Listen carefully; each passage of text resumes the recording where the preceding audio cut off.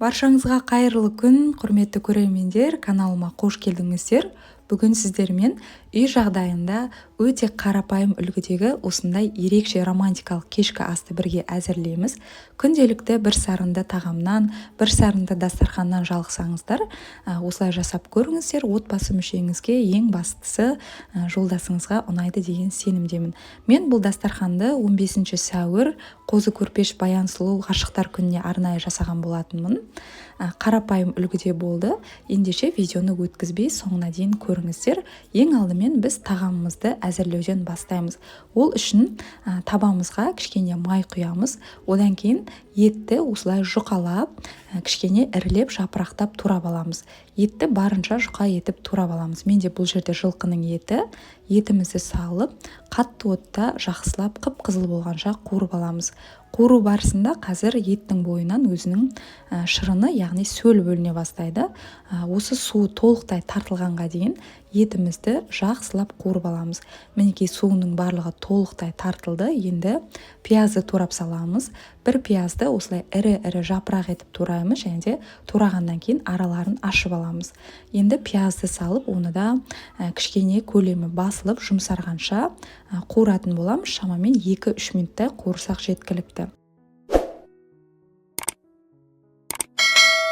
Пиязымыз қуырылғаннан кейін тағамымызға дәміне қарай тұз қосамыз, және де жарты шай қасықтай паприка қоссаңыздар болады. Сонымен қатар басқа да өздеріңізге ұнайтын кез келген дәмдеуішті қоса берсеңіздер болады. Етіміз сочный және де түсі қанық болып тұру үшін 3-4 ас қасықтай соевый соус құямыз. Менде соусы кішкене көптеу құйылып кетті. Соевый соус көп қосылып кетсе, етіміз қатты қап-қара болып кетуі мүмкін. Сол себепті байқап қосыңыздар. Мінекей барлығын жақсылап араластырып алдық. Енді үстінен су құямыз. Суымыз біздің көкөністер мен еттің үстін кішкене жауып тұрса жеткілікті. Мына жерде мен кішкене аздау құйған екенмін. Енді үстінен тағы да кішкене су құйдым. Толықтай қайнағаннан кейін газдың астын басып, етімізді бір жарты сағат уақыттай бұқтырып пісіріп аламыз. Оған дейін қасына гарнир әзірлейміз. Мен гарнирге күріш пісіретін боламын. Бұл жерде менде 1 стакандай күріш. Барлығын жақсылап, суы мөлдір түске енгенге дейін 5-6 рет жуып аламыз. Одан кейін табамызға кішкене сұйық май құйып, жаңағы жуып алған күрішімізді саламыз. Енді күрішімізді қатты отта 1-2 минуттай қуырып аламыз. Бірден суын құйып тастамай, осылай кішкене араластырып қуырамыз. Одан кейін күрішке дәміне қарай тұз саламыз. Мен кішкене ғана тұз қостым. Тағы да араластырып, үстінен су құямыз. Міндетті түрде сақырлап қайнап тұрған су қосамыз. Мен 1 стакан күрішке 1,5 стакандай ыстық су құйдым. Енді газдың астын баяу етіп қойып, өте баяу отта қақпағын жауып 20-25 минуттай пісіреміз. Күрішті дәл осы әдіс бойынша пісіретін болсаңыздар, шашыраңқы болып, жабысып қалмай әдемі болып піседі. Келесі кезекте тағамымыздың жанына мен қосымша брокколи де пісіріп қоямын. Сіздер қаласаңыздар, жоқ болса қоспай қойсаңыздар болады. Бірінші брокколиді осылай бөлшектерге бөліп аламыз. Жақсылап жуып, қайнап тұрған суға кішкене дәміне қарай тұз саламыз. Тұзы ерігенше араластырып, үстінен жаңағы бөліп алған брокколиді салып шығамыз. Брокколи болмаса, орнына цветная капустаны да қоссаңыздар болады. Брокколиді осылай қайнаған сәттен бастап 2,5 минут қана пісіреміз. Одан көп пісіріп қойсаңыздар, езіліп кетуі мүмкін. Піскеннен кейін өзінің түсі осындай әдемі қанық түске енеді. Сол кезде брокколиді сүзіп ала берсек болады.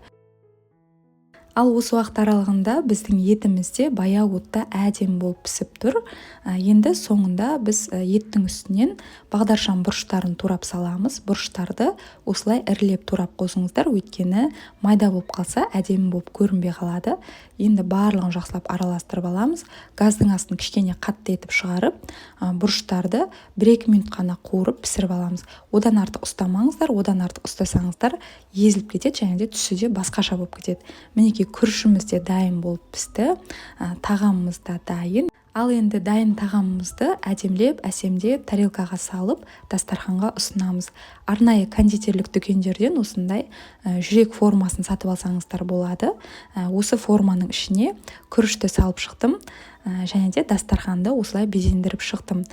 Қасына қосымша жемістерді де турап салдым. Жемістерді бір ерекше үлгіде турағаным жоқ, көріп тұрғандарыңыздай барлығы да қарапайым. Сондай-ақ қосымша дастарханға әдемі гүл шоқтары мен майшамды да қойсаңыздар ерекше көрінеді.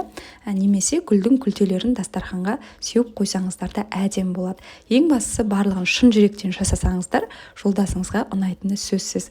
Осы видео сіздерге ұнаған болса, пайдалы болған болса, каналға төмендегі подписация батырмасын басып тіркеліп, лайк басып, төменде пікірлеріңізді жазып қалдырыңыздар.